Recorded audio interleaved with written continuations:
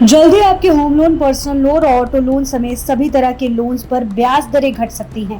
भारतीय reserve bank यानी RBI को मौद्रिक नीति समिति इस समय रेपो रेट पर फैसले को लेकर बैठक कर रही है।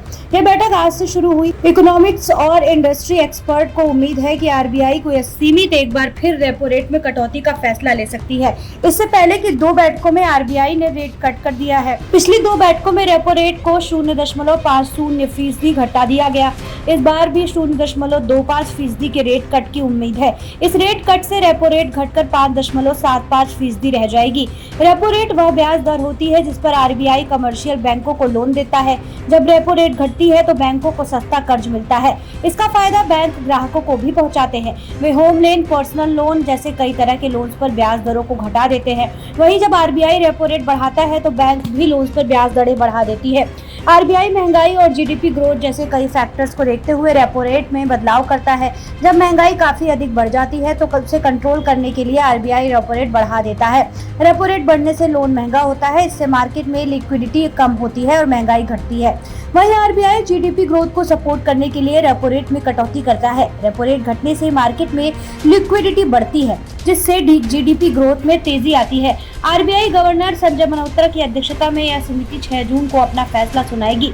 इस समय रेपो रेट 6% है। महंगाई में कमी आने से आरबीआई के पास रेट कम करने का गुंजाइश है। साथ ही बिगड़ती वैश्विक व्यापक आर्थिक स्थितियों के बीच घरेलू विकास को बढ़ावा देने के लिए आगे मौद्रिक सपोर्ट की उम्मीद बढ़ रही है। आरबीआई का उदार रुख मुख्य रूप से 2 व्यापक आर्थिक संकेतकों से प्रेरित है: घटती महंगाई और साइक्लिकल स्लोडाउन के संकेत। खुदरा महंगाई लगातार आरबीआई के 4% के मीडियम टर्म टारगेट से नीचे बनी हुई है, जबकि हालिया अमेरिकी नीतिगत कदमों से व्यापार बाधित होने जैसे बाहरी झटकों के कारण जीडीपी ग्रोथ नरम होती दिख रही है।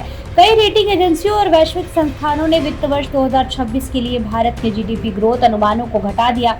हालांकि आरबीआई ने अप्रैल में अपना 6.5% का ग्रोथ अनुमान बनाए रखा। वहीं दूसरों ने अनुमानों को संशोधित करने के 6% से 6.3% तक कर लिया है।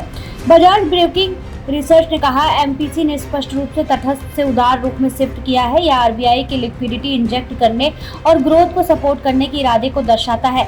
अप्रैल की खुदरा महंगाई को 3.2% तक कम होना रेट कट के अनुमान को और मजबूत करता है।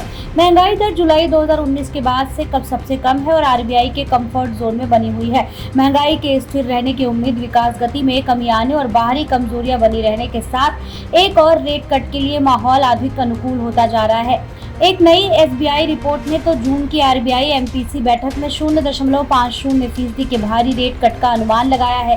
रेपो रेट में कटौती के साथ ही जमा पर ब्याज दरें भी घटती हैं। ऐसे में बैंक आने वाले दिनों में एफडी पर ब्याज दरों को घटा सकते हैं। बैंकों ने पहले ही बचत खातों पर ब्याज दरों को 2.70% की न्यूनतम दर तक कम कर दिया है। साथ ही फरवरी 2025 से सावधि जमा यानी कि एफडी दरों में 30 से 70 आधार अंकों यानी कि 0.70% तक की कमी की गई है।